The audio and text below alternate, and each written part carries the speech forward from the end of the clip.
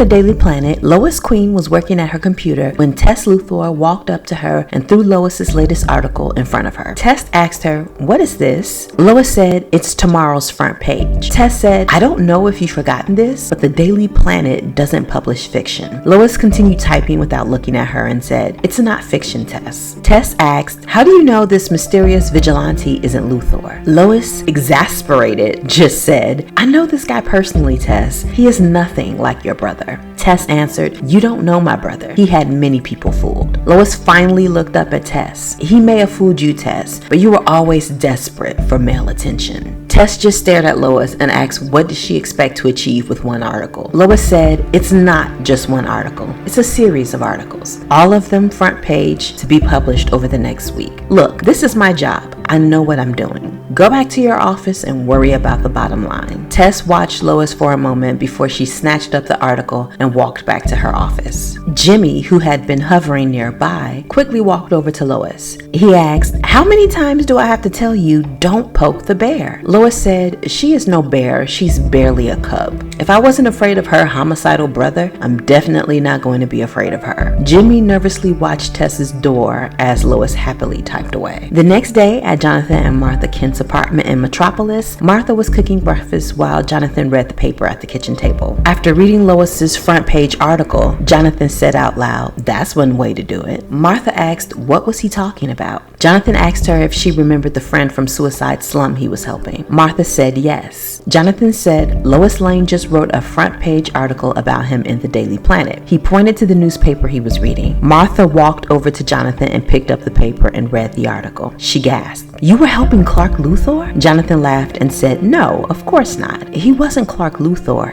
He just looked like him." Martha asked, "But why would you do that? How do you know he isn't Clark Luthor?" Jonathan said, "It was him that gave me the courage to give up drinking and ask for a second chance with you." Martha, touched, said that definitely didn't sound like Clark Luthor. Jonathan said, "No, it did not. This Clark was actually from an alternate world, and guess what his name is on that world?" Martha asked, "What?" Jonathan answered, "Kent. On his world, he was our son." Martha sat down with the weight of that reveal. She couldn't believe that out there was a son of theirs from another world.